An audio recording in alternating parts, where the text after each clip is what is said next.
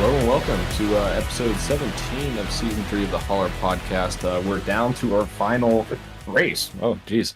It's a single final race next week at Homestead, but I'm your host, Stephen Borbell, obviously joined by common faces here, Carl and Richard. Carl, how are you doing this evening? Doing all right. Having some extra hours at work, learning some new stuff, but I'm doing all right. Extra hours are never a bad thing. It means extra money. No, Well, extra hours here does not equal extra money either, so no. you're So welcome. just another Thursday. Thursday. And Richard, how are you doing this evening? Doing okay. Had a really long, terrible day at work today, so glad to be here hanging out with the dudes. But other than that, it's been a day. I like your hat. You got the BRB Racing League. Is that green or is that black? It's Is it just- it's black and gray. okay. It's just the lighting that's Yeah. I've got it's yellow tinted lighting. I can't get the Ah. warm white glow for some odd reason. It says it could do it, but it won't do it. So Hi, Riley. oh, hi Riley. You're on the Riley has podcast. entered. Made a special appearance on the Oh, goodness. podcast. Our podcast isn't for like another 12 weeks, so That's some time. great. oh That was goodness, that's hilarious. excellent. But well, thank you for joining us tonight, gentlemen, and thank you for everyone in the chat tuning in so far. Glad to be here.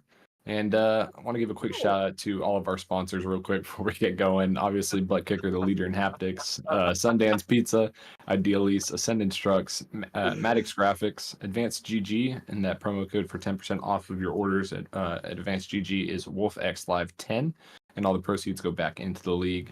Obviously, want to give a shout out to CFM Performance and RevSimShop.com, where you can get your button boxes, paints, and race control needs. Call Rev. But yeah, right into it, guys. Last week we were at Rockingham for the. I don't remember the name. I know Dakota sponsored it. Well, at least we got the sponsors.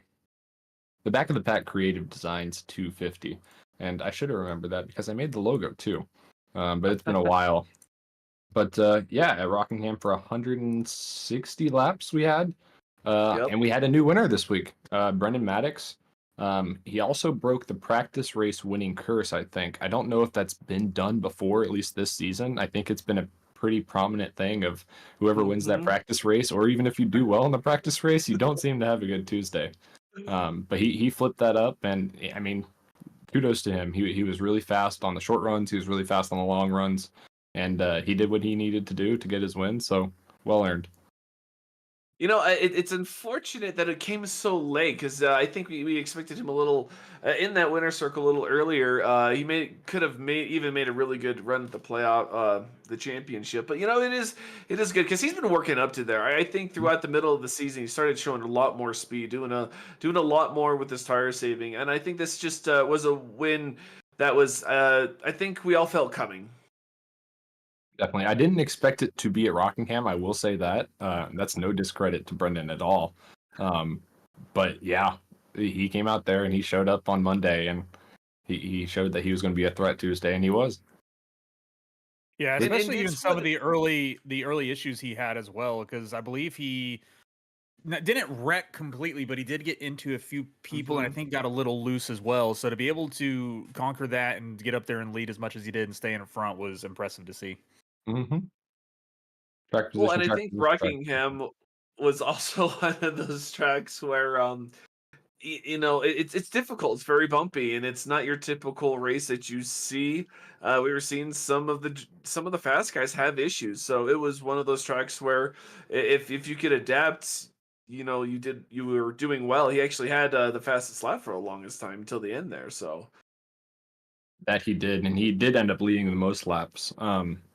I love what Rockingham brings to our schedule, and I think that's why it's coming back next season, is because it's that in between of an intermediate and a short track. It's a little bit of both, and I think that's really what we saw. Of you have to be able to save your tires, but you also have to be able to run it pretty hard and to make up those spots, because you don't want to be side by side with someone for too long. Otherwise, you're just killing each other's time and killing each other's tires. But a quick overview of the stats. I think I made a mention of this last week. Of Rockingham was a really short race season one, and it was a pretty short race again, at only an hour and 28 minutes. So I don't know. Maybe that means we have to do more laps at Rockingham. I don't know what the case is, but we had a total of 6 lead changes and 7 cautions for incidents. Cautions for incidents. One that did not occur involved Richard. A caution didn't come out for that somehow. Richard, straight to it. I want to get into your race. Break us down through everything. I mean, I was having a really good race overall. I was able to have quite a bit of speed. I was able to keep up with, the start of the race, I was keeping up with Mason and Isaiah. The guys up front, I was sticking right on Isaiah's rear bumper for quite a while there, which honestly, like, got me out of what I normally do and drive a little bit too hard. I was able to save tires a little bit. The biggest problem I had was getting a little loose out of the turn, just my throttle control. So I was burning up that right rear a little more than what I was, liking. Sadly, I didn't get any stage points because stage 1 I got loose coming out of turn 2, and I did end up collecting Dakota Camper, and I never went back and watched it, but I know it snapped, went up into the wall, and then it cut left, and I slid down the track, got into Dakota Camper, and it kind of ruined his race. So that really sucked. I didn't want that to happen. Had another issue where Cole Lewis, I think he came out of turn 2, got a little loose, gave me room to go on outside of him. In hindsight, I probably should have just not taken it because there was enough room for me to go there, but there was netcode that kind of like bumped him twice, which turned him up into the wall. And then I think I got into Zach King spun out and got into me, put me into the wall also, but I was still able to get up into the top 5, and then ultimately got a DNF. Just a really interesting wreck on the front stretch that for some reason I got blamed for over the radio, but that involved quite a few people, and I can't even believe that wasn't even a caution. That was baffling how that wasn't a caution.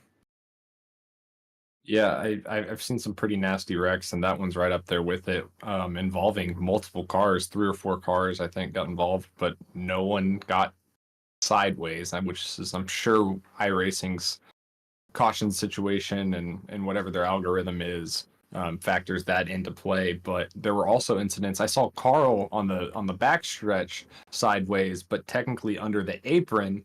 So I'm sure that's why it didn't cause a caution in that instance, and something similar. Rockingham seems very odd for that.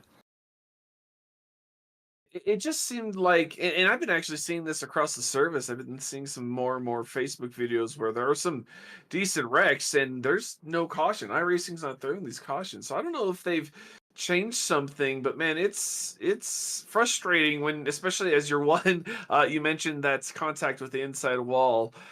In stage 3, you're really looking for some of those cautions to come in and get some damage repaired. I had over 7 minutes at that point, and it was rough because I don't like this track because I don't feel like I can race the car. I have to race the track. I can't race the other drivers either. And I feel like that's also kind of contributed to my wreck was, coming out of 2, I swear I like bottomed out or something because I was almost already straight and I was, losing the rear. So I got out of the throttle, and then Jared and I were battling. We're having a good battle there, and he just gets into me. I had it corrected for about half a second. Jared got in me, nowhere to go, and sent me down that way. It was frustrating. I think the only reason I got any stage points is some timely wrecks towards the end of the stage, so I was able to capitalize on that. But it's one of those tough tracks for me. I just can never really wrap my head around 100%. I mean, it is a really tough track, and you brought up you and Jared's situation, and we watched it back after the race, us as a team, just because Jared felt bad and he wanted like some second eyes on it. And it was one of those things. Like, it was unfortunate. He was coming with a run, you got loose right in his line, kind of deal, and before he knew it, you were right there in front of him. Life comes at you fast at Rockingham, is all I can say. Yes. The corner speeds are really high for how small the track feels. And the bumps definitely don't help either. And we saw with Richard as well of how loose you were getting off of corner exit. That was a problem for a lot of people all night. And it's a very difficult track to keep the car under you and keep moving forward. But Real quick, I'll go through my race. It was very uneventful. Worst qualifying effort I think I've ever had in my life. Um, Qualified 16th and was just taking my time, picking my way up through the field one by one, and think I barely got stage points at the end of stage one, and then early on in stage two, Eric Jensen was on my outside coming out of two, got loose and cut it down into me, and I popped a wheelie real quick.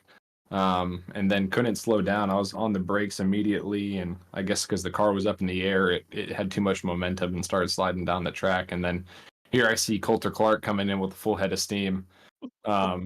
Drives into, I don't even know if he drove into my right front or my right rear. One of the wheels he completely destroyed, and then sent himself on his driver's side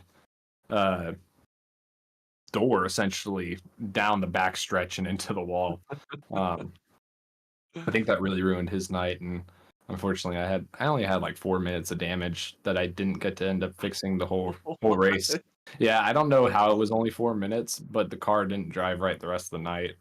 The toe was definitely knocked out, and unfortunately didn't get to fix it all up there at the end, which was a bummer because Rockingham, I never really think I'm going to do well, and then we get in a race, and I feel like I'm having a lot of fun. It's just one of those things, one of those nights, and I don't know. I'm ready for the season to be over, but at this point, I'm just having fun with all the races. Just trying not to take it too seriously and just go out there and race, which I think is the main reason why people are still showing up to these races. Mhm. Yeah, I mean, I'm hoping we have a really, really good turnout at Homestead. That's a fun track we get to really spread out on and Mhm. show our show off our ability at the end of the season. We are there. It's a Yeah, long time in coming for me too, but at the same time, it feels like we kind of just started. Like I wish we had just started really, because I feel like I had some momentum these past month or so. But yeah, it's gonna be fun going forward, and we have a lot of fun stuff for season 4 planned. So I'm excited for that. definitely. Season 4 is just around the corner, and I know some people are not wanting this season to end with how they're running, but soon we got to restart and do it all over again and see if we can get a new champion. But Uh, go ahead. No, I was just saying, as long as my next season doesn't start like this season. I found out I used Atlanta as my drop week, so I was off Mm. from a bad foot from the very beginning. Well, I mean, with Daytona going to be starting us off next season, hopefully that's not the case again, but you never know. Our first race is usually the most drivers too, so it Mhm. ends up being, if it's a bad race for you, it's usually going to stay as your worst race because you can't really get less points than one. Um, yeah, it's unfortunate how that works out. But on to that, we can move on to the meatball of the week. Sound good? Why not? All right, let's get there.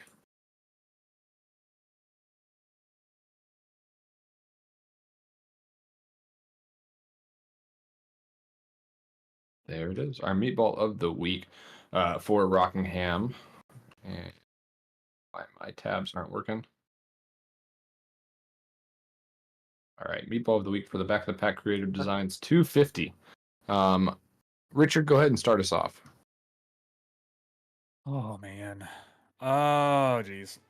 I'm probably gonna have to go with Dustin Stallings just for the way that I was blamed for that wreck. Because I was just driving my line, and the next thing no, I was turned sideways, and he said I was turning down into him, but my wheel was cranked completely to the right, and I was off the gas trying to get the car to slow down. But all I heard was an engine next to me kept revving up, so he wasn't getting off the gas either.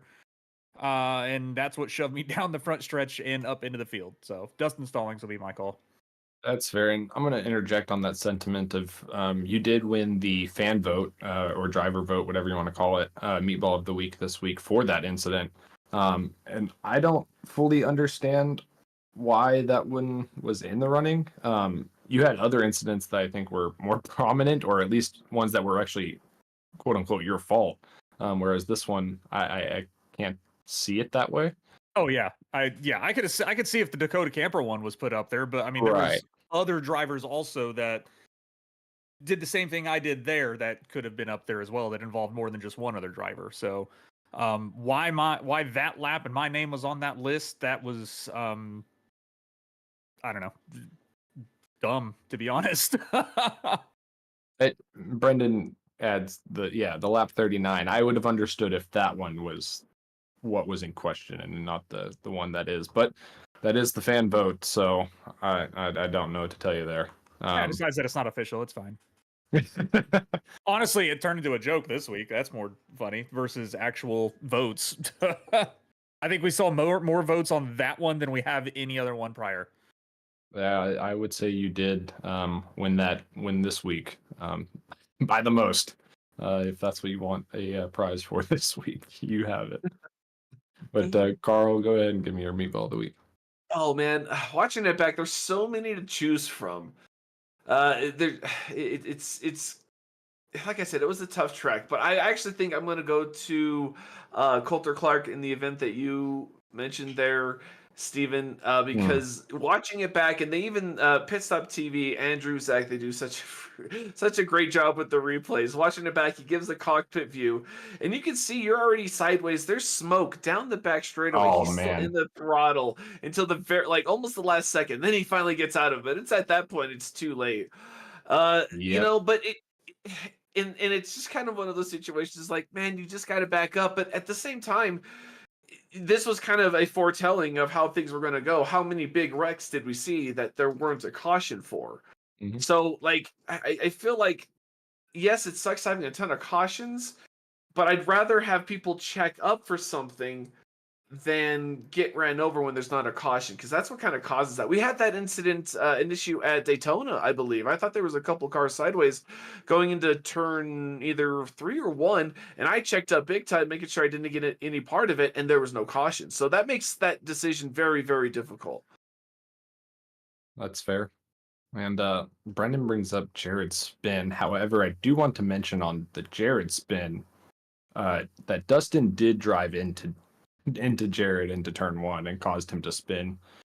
Jared was able to bring it to the bottom of the track and recollect it, not bring out a yellow, and not have anyone hit him. So that's honestly, I give Jared a lot of credit for that save. And I don't think that was his wrongdoing. But there are a lot to choose from. I could see Dustin in that scenario. I could see Carl, I think you brought up a good one. Coulter Clark, Eric Jensen, unfortunately getting into me. But in that scenario, I kind of didn't mitigate my own risk. I knew it was a risky passing opportunity. However, watching the race back, I'm sorry, Richard, I can't let you get away with the one on Dakota Camper for lap 39. Man, and Camper was just in the wrong place at the wrong time in that situation. It was just that's kind of the thing is being on the bottom of man. someone out of 2 is honestly the scariest thing in the world. At it really Rockingham. is, because I felt like every time I tried to do it, someone on my outside was getting loose. Because I'm assuming at least that they were trying to throttle up real quick to get a run. And just when they got up to the gas, it just it was either that or you're trying to gas it so much attitude that you're swinging a little wide and you're bouncing off the wall, and that's right where the safety barrier ends. It's such a weird spot, the way the track extends out there. So I feel like if you weren't loose, some people were loose and they were just using that outside wall to just keep them straight. But that was also bouncing cars to the inside too. So that just made, turn 2 was Calamity Corner. I think we saw at least 2/3 of the events and incidents we had out of turn 2 or into 1 or going into 2. So that was, it was just one of those, I feel like on mine, I feel like I bottomed out. I shit you not. I feel like I bottomed out because everything went dead. Even for just like half a second, everything went dead. My steering, my butt kicker went thunk. And then next thing I know, I was around. So I don't know if we need to look at that setup next, but it was rough. Very, very rough. Well, and that's part of that track being so bumpy, and the next gen car, like it's going to bottom out a lot, and it really does. It's unfortunate. I think the track is better for the Xfinity or the trucks currently, until iRacing goes in and does the update for the repave and such.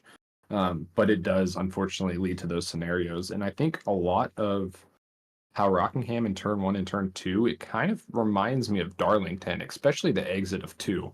It comes up so quick, and if you're running that outside line, it's just going to push you up into that wall.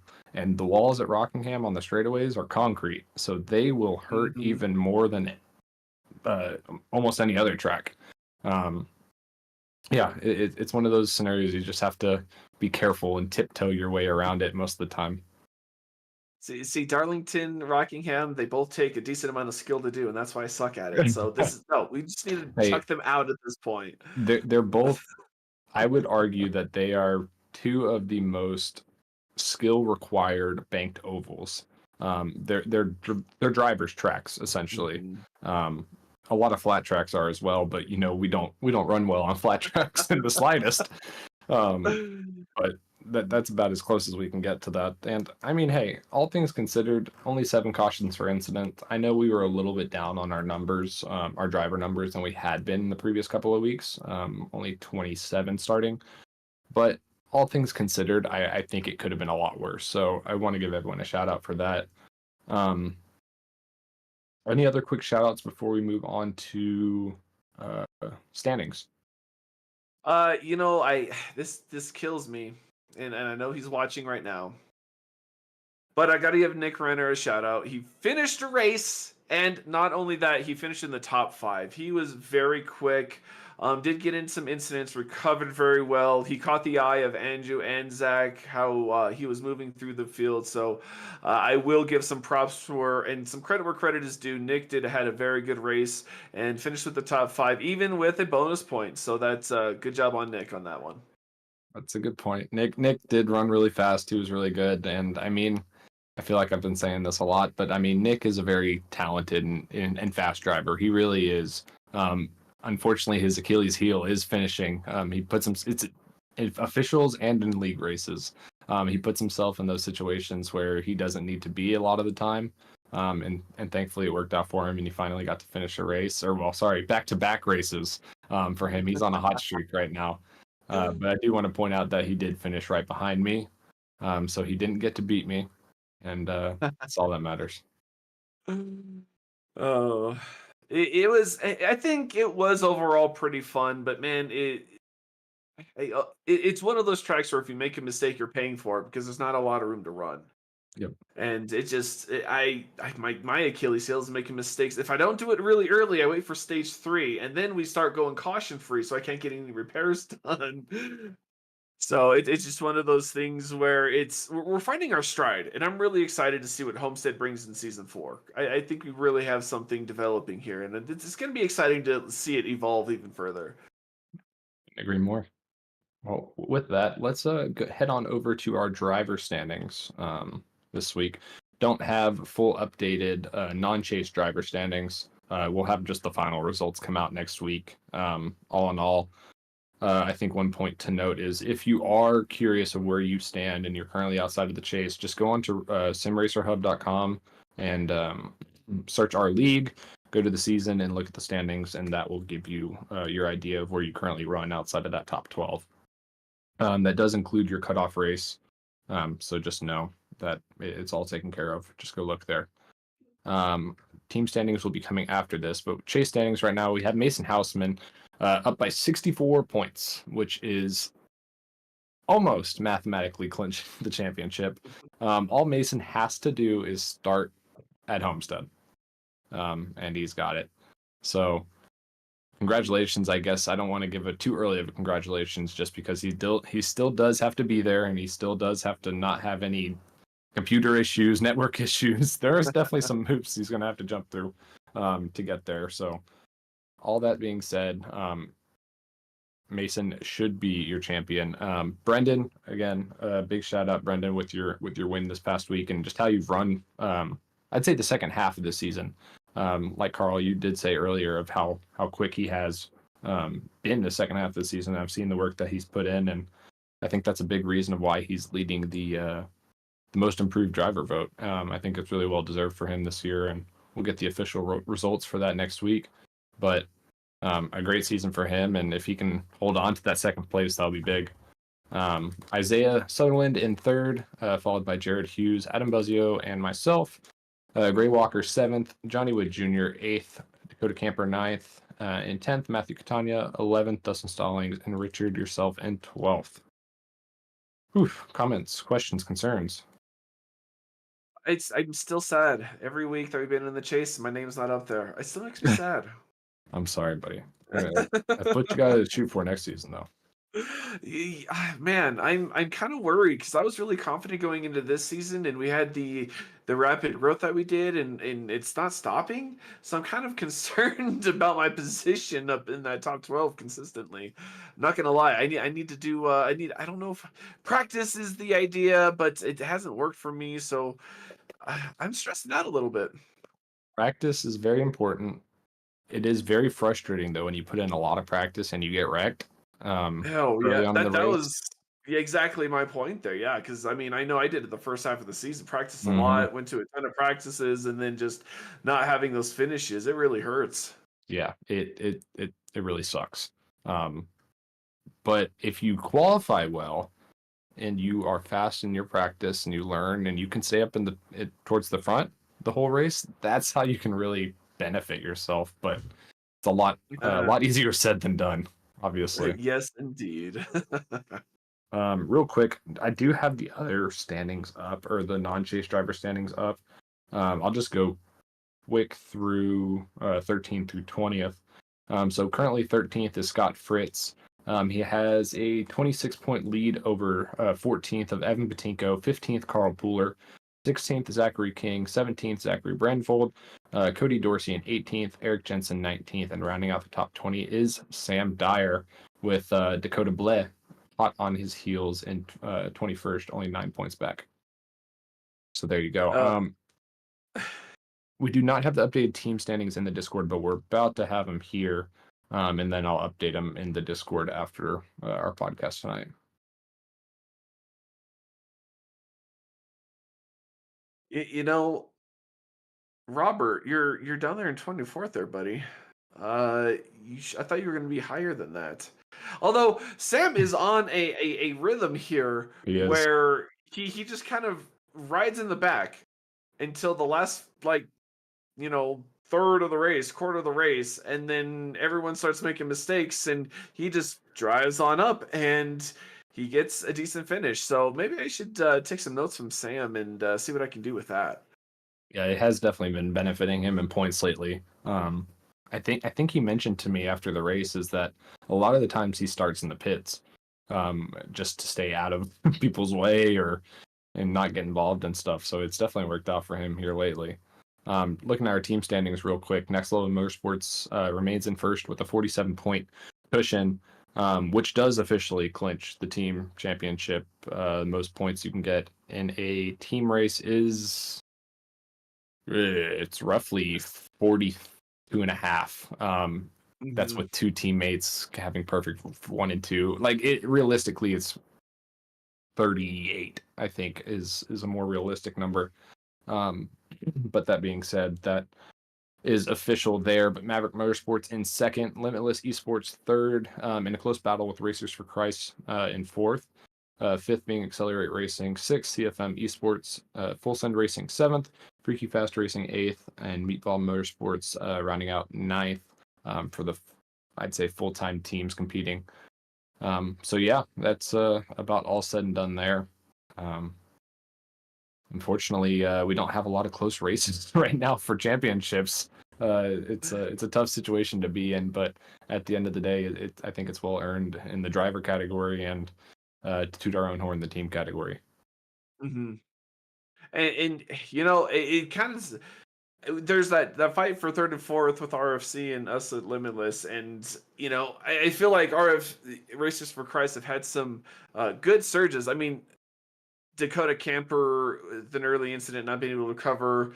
I know there are some incidents with Isaiah at Talladega, so I know they've had some issues, but we've had the same issue. So this third and fourth battle coming down to Homestead is going to be very interesting because I know that is a track of that can accommodate a wide range of talents there, and this is going to be fun to see who comes out at the end of the season, who gets that third spot for me anyway, just because I'm involved. So a little bit of pressure.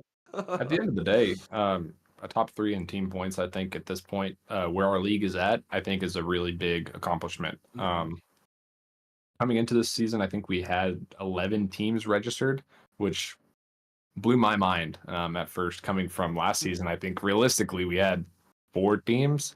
I think we technically had probably 6 or 7, but realistically, full competing 4 teams. The growth there was awesome, and from what it looks like, it's going to be even harder next season with teams loading up for the team championships and such. So it's going to be awesome. Yeah, it's definitely going to be Definitely. exciting seeing what the team champion is going to look like next season. I mean, yeah, like Carl was saying, it's just this last half of the season for me specifically has just been abysmal. I just can't seem to keep away from incidents. I can't seem to like stop myself from getting into incidents for some reason. It's just not been a good second half of the season for myself, and that's really hurt our team championship as well because we were in second for quite a while, and to lose that much ground from second place just really kind of stings a little. Well, I will put out that Johnny hasn't been here for Talladega or Rockingham, so he kind of adjusts the curves for the That does curve hurt a little for bit. us in most situations. So, damn it, Johnny, where the hell are you? Come back, help us! Oh, you hear a desperate Limitless. Oh man, it's been a rough year, and just like you said, if we could just say stay in third place for the team, that's kind of the silver lining of our season, really. I'm just going to respond to Brendan. I was going to type something, but our team motto is consistency. At the end of the day, we have 3 guys that are forever third and forever fourth, and that's all it ever is. And that's fine. I'm glad Adam finally got a win for our team this season, other than Gavin. So hey, it's what it is. Yeah, it's just been one of those seasons where you just kind of want to forget it, reset, and move on. I think that's for a lot of us, though. I mean, yeah, myself and Richard have had some issues. I know, Steven, you've had a rough couple of races with some incidents, The and chase has been tough. the chase has been tough. So I have a feeling that there's a decent amount of drivers out there that are just kind of ready for a reset and hit that button and take another shot at it. Definitely, and that's why I like how we have the seasons set up. Excuse me. Of well, this one ends next week, but hey, we get started again in 4 weeks. You got 4 weeks off of reset your brain, whatever the case is. I don't know, work out your unfortunate finishes, your wrecks that you were involved in that weren't your fault, just your unlucky season, and redo it, and let's go for it again. And that being said, we do have some really fun off-season races actually coming up. That was shared with the Discord earlier this week. And real quick, we have let me go over it. We have the Charlotte Rally Course and Lucas Oil Pro Light 2s coming up April. Was that April 8th? 8th? Thank you. I have it so small on my screen. And That's then what we she go to said. Michigan. Thank you. And then with the podcast not going on during the off season, it opens up Thursdays as well. So both dates, obviously, not everyone's going to be able to go to every race and whatnot, but just come and go as you please. Michigan will be in the free Indy cars, the DW12s, I think they are, on the 10th, and then on April 15th we're going iRacing Super Speedway, and then Car of Tomorrow, excuse me. April 5th, 17th, we're going to Lanier and Dirt Micro Sprints. Oh man! As of right now, it's set to winged, but I don't know. Richard, you said you're against the wing, or you're against the Dirt Micro Sprints in general? Well, I'm against the micro sprints. Well, I don't care unfortunately, if it's they wing or are not wing. free, Yeah. which I think is the main goal. Oh yeah, that's the main goal, and that's fine. But then after that, we go to the Legends Oval at Charlotte for the Legends Coupes, or the Legend Coupe 34 Coupes, or whatever they're technically called. Legend cars. There you go. And then we go for a fun race at the Slinger Figure 8 on Thursday, April 24th, and the Street Stocks. Last time we did it during the off season last season with the minis, the mini Street Stocks.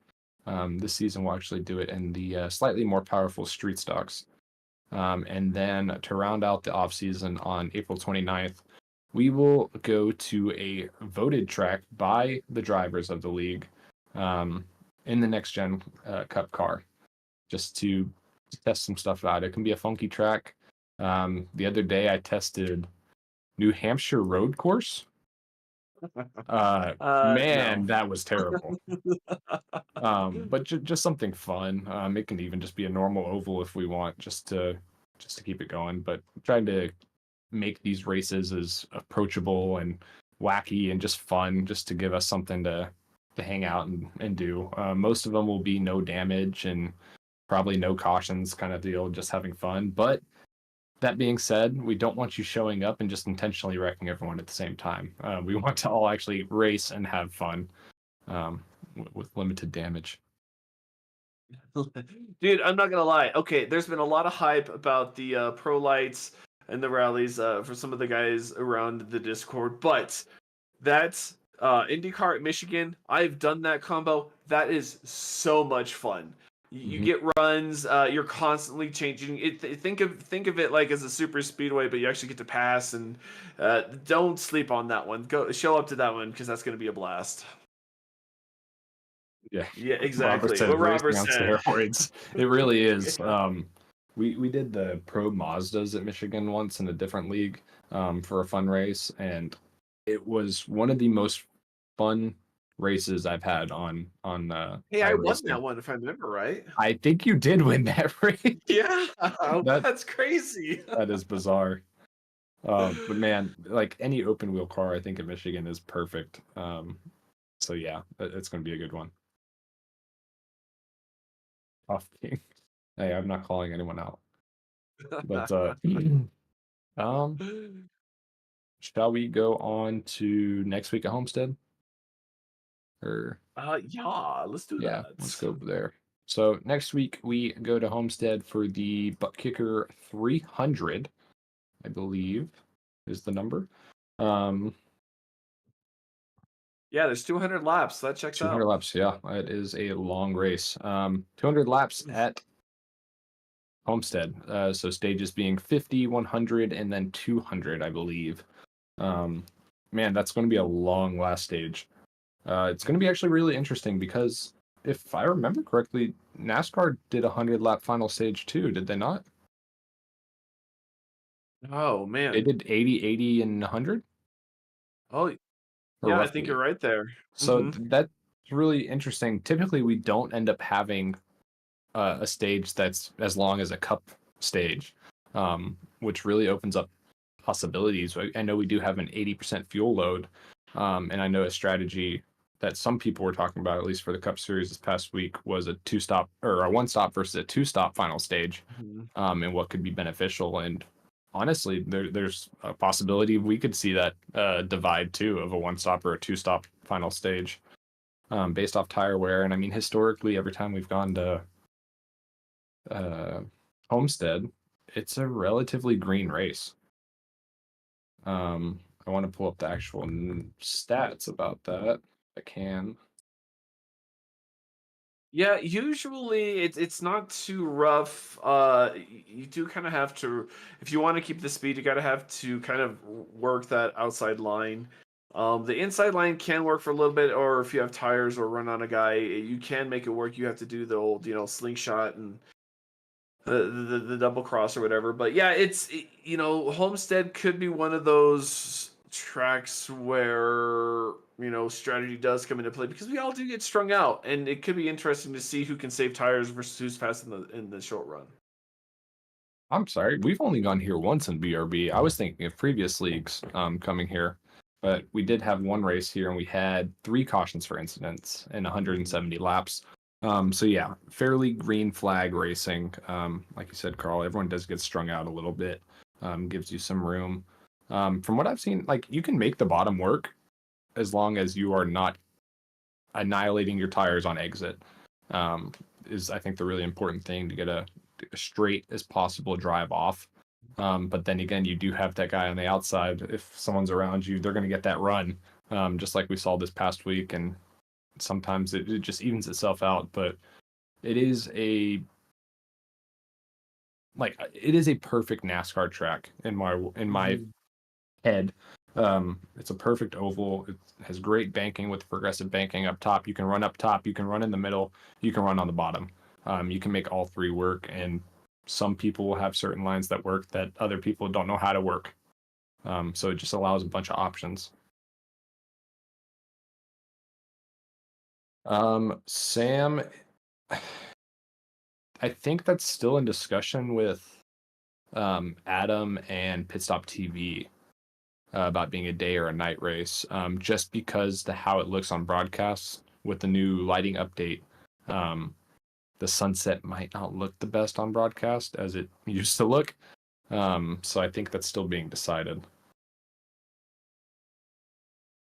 Yeah, because I mean, we all want a good broadcast. I mean, I think as Stravers are kind of like, we are here for the realism. Let's bring the glare. We can do it. We can deal with it because it's kind of what we signed up for. But we want to be able to make sure that the broadcast has a good shot and some good views as well, and especially for the finale, as it were, it's the end of the season. I think we're going to see some fun stuff. So I'd want to be able to watch it all.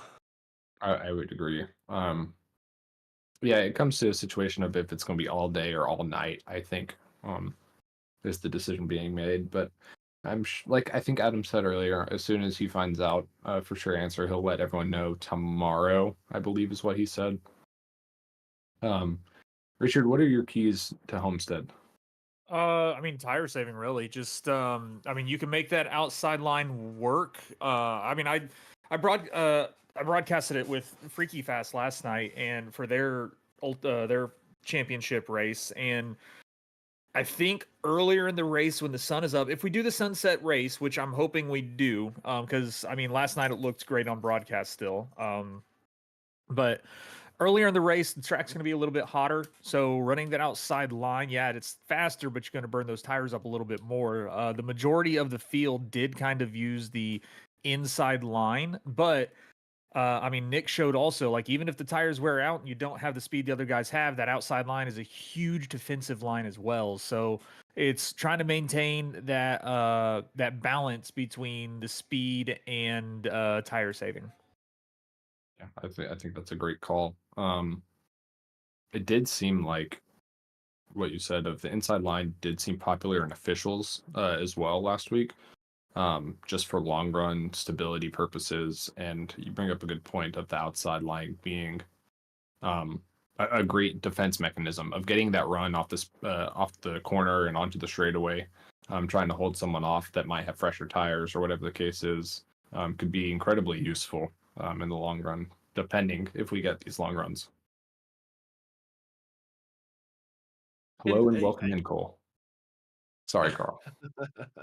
No, I think we will get those runs. I think we're gonna actually see some fuel saving. We're gonna see some drivers in the barrels. I think because you're gonna have to get used to slowing down. I know Adam and Nick had some issues on pit road last week on speeding. Although I think it was on exit rather than entry. Yep.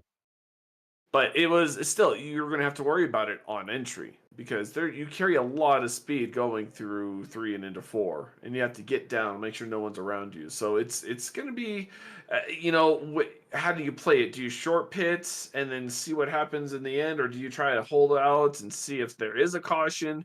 There's going to be a lot of things at play, I think, in stage 3 especially. And that point reminds me of last time we were at Homestead. Gavin disconnected. So Gavin was the favorite, I think, going in, and then he disconnected, so he wasn't in there at the end. And Dustin was really fast, especially on the long runs. And then he had a pit entry mess up where I don't know if it was when the transition happened off of the corner onto the flat, but just bit it. And I think he went into the barrels or into the inside pit wall or whatever the case is. It's a great point. It is a very treacherous pit entry at speed. But Even in traffic, So, like, if you are actually in a group, because the draft is going to be important, so you're going to see a lot of side drafting. You're going to want to get in that draft and kind of use that to carry you down the straightaways. So, if you're in a group and you have to pit, you have to make sure that you don't, get ran over. Make sure everyone's on the same page too, because we've seen that a couple times where Yep. someone's an idiot. They didn't call that out, or they got on the brake earlier than the car behind was expecting, and that causes that caution. So another one of those factors you need to consider. It's going to be interesting of how the cautions fall based off of. It's going to be a very strategy based race in that as well, with how long it can be. And those cautions are going to be very important to when and how they fall. But with that, I think we should go ahead and make our final pick for the race winner this season. Just so y'all know, we are all still tied with only one correct each. So hopefully one of us can get a second one right. Oh man, we do need the tiebreaker, huh? Yeah, otherwise I don't know how we're gonna tiebreaker this. Who wants to go first? Oh, not I. Well, Richard. Richard. Is he dead? No, I'm not dead. I'm here. Good question. Who's gonna win it?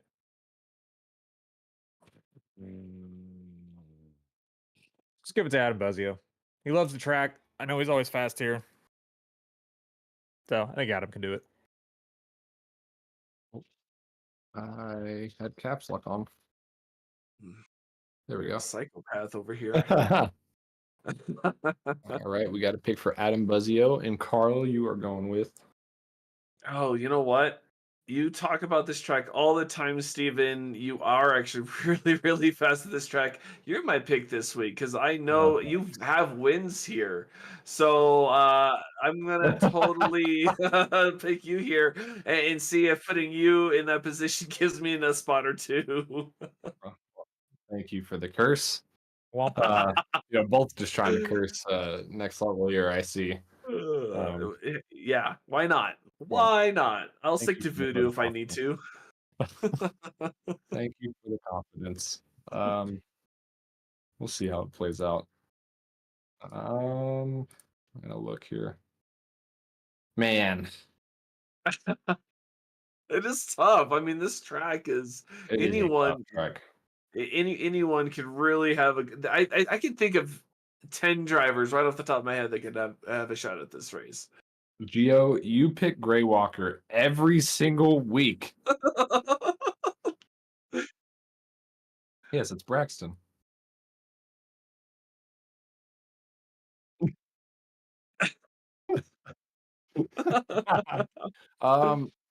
And I just want to point out, eventually, if you shoot your shot enough times.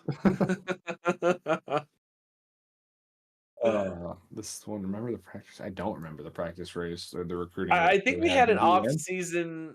I think we had an off season / recruitment race, and Gray Walker is the race that really caught my eye, and that's why I put him in the chase when I did. Braxton's right. I remember this. But sorry, he experience I think will definitely carry out this race. And that's why I'm gonna go with Dustin Stallings. I really think this is another track.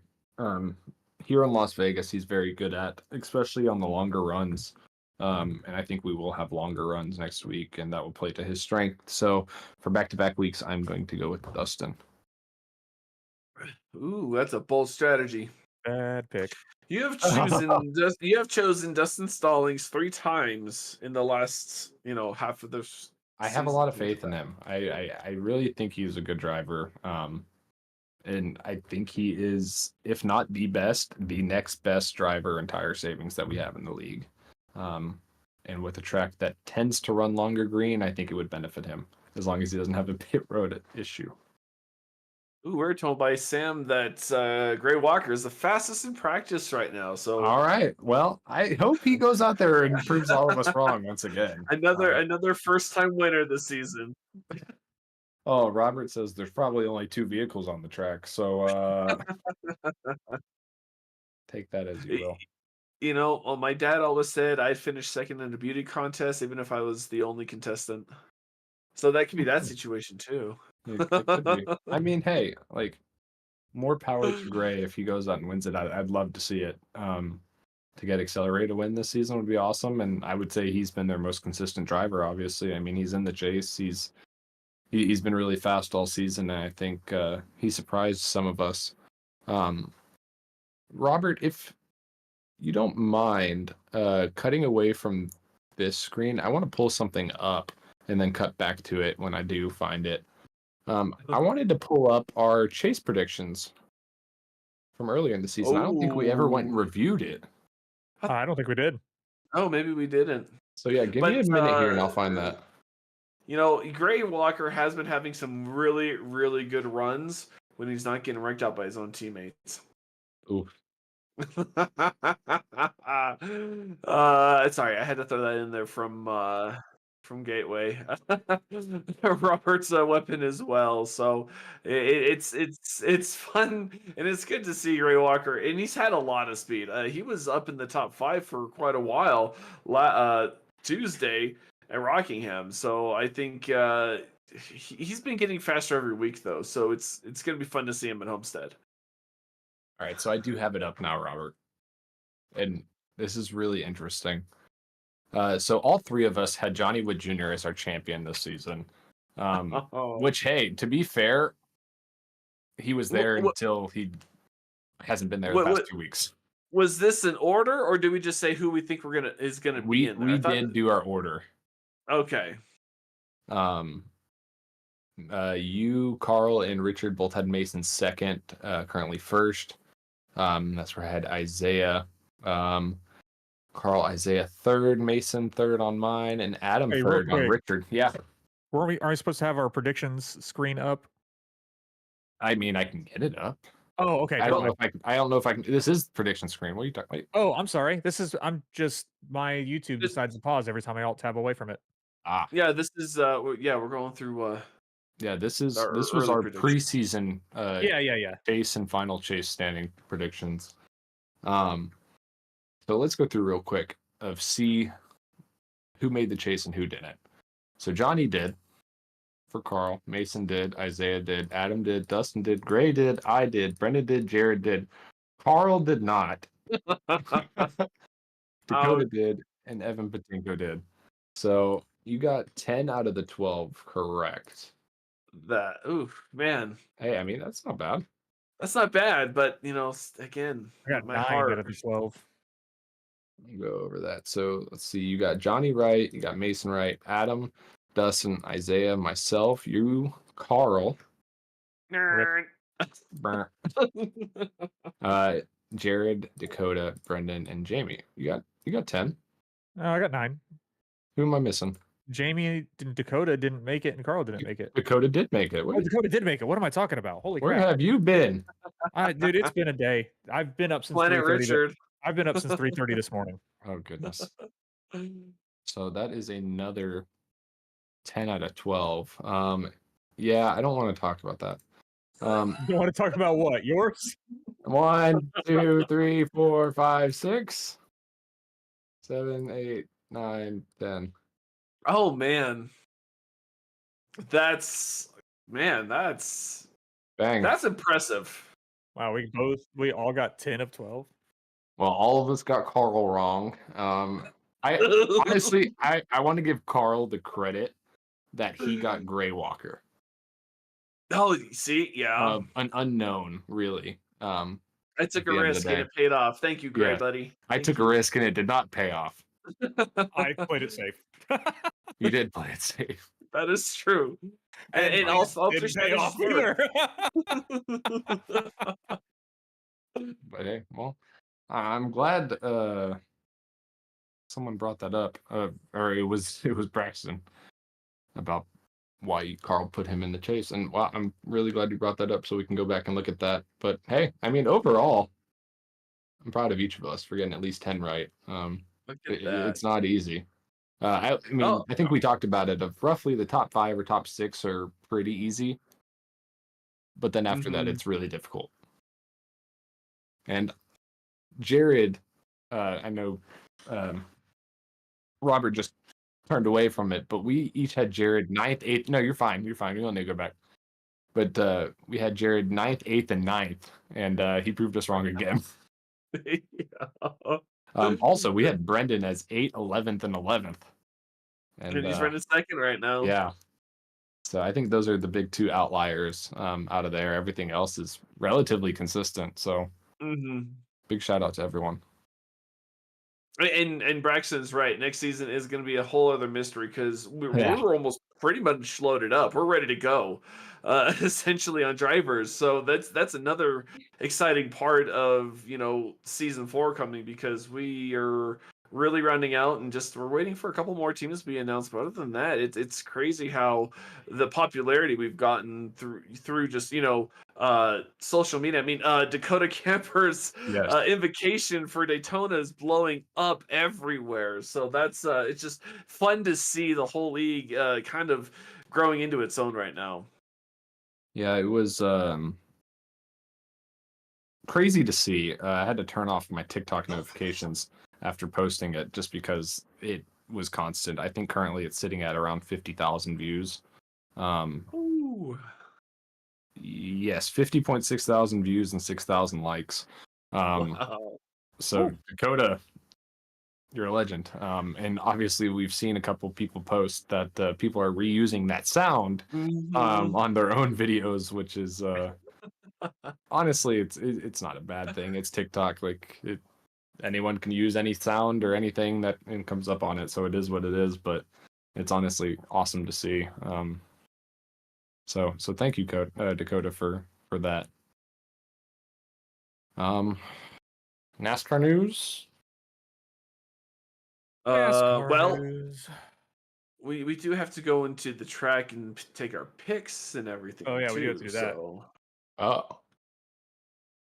Good job, Carl, keeping us on track of the right things. the tracks that makes our picks.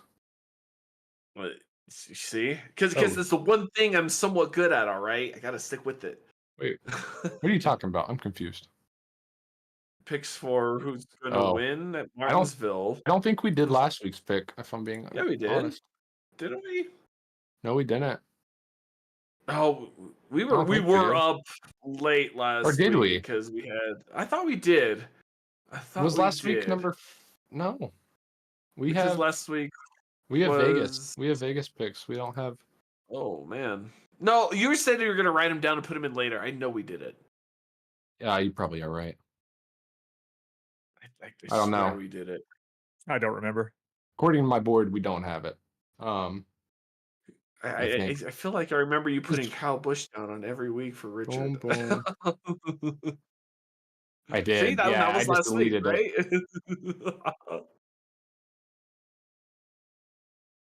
I mean, yeah. Irregardless. All right, Martinsville. Is it still the Xfinity 500 or whatever? I don't even care. I really don't care, because they're not a sponsor of us. So Martinsville, who's your winner, Richard? Martinsville winner. Not going with Bell.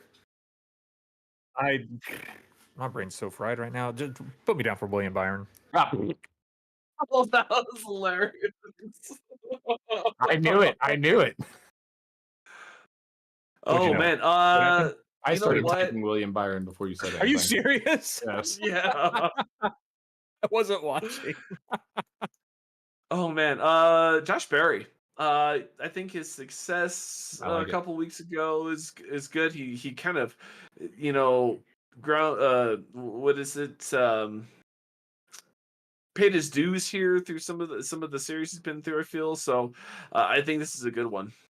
Yeah, I like it. Tried the hot hand. I hope, Robert, that you're right and that it is the 11 of Ben Hamlin, but I'm gonna go with Ryan Preece. He finally has a car. People I think forget how well he ran here with Stuart Haas in the spring, and now with an actual team that is behind him and trying to help him win, instead of just trying to sell the team. So I think he actually has a real chance. He's a short track driver himself, so it plays to his strength.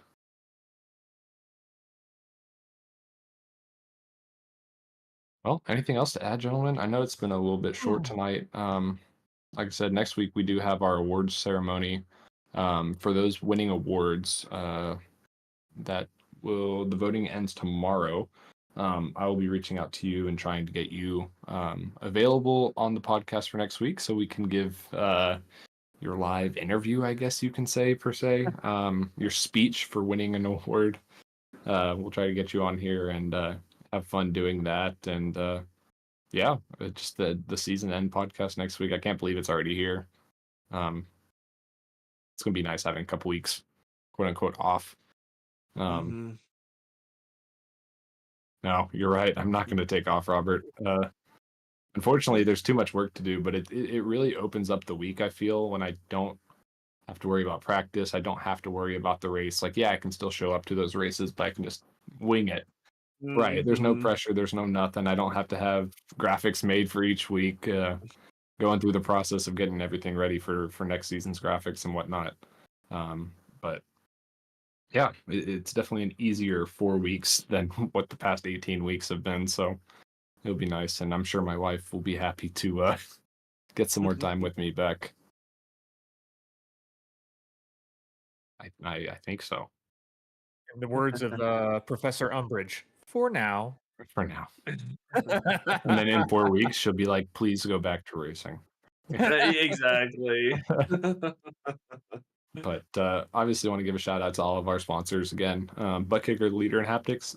Excuse me, Sundance Pizza, Idealise, Ascendance Trucks, Maddox Graphics, Advanced GG. Promo code WolfXLive10 for 10% off your orders. CFM Performance and RevSimShop.com. Also, don't forget BRB Merch Hauler. New merch will be coming during the off season in preparation for season 4. In addition to a couple things for the champion coming up here in the next week or so. So I get time to get that together. Have a very special T-shirt design being made by our good friend Andrew in the broadcast booth. Employed him to work his magic on that. So we'll see what comes out of that, and we'll keep y'all posted with that. But other than that, Carl, Richard, thank you for being here tonight. Robert, thank you for being here, and for the people not being able to hear you, we appreciate all your work that you do each week and being here as well. Serious time commitment, and you get paid handsomely for it.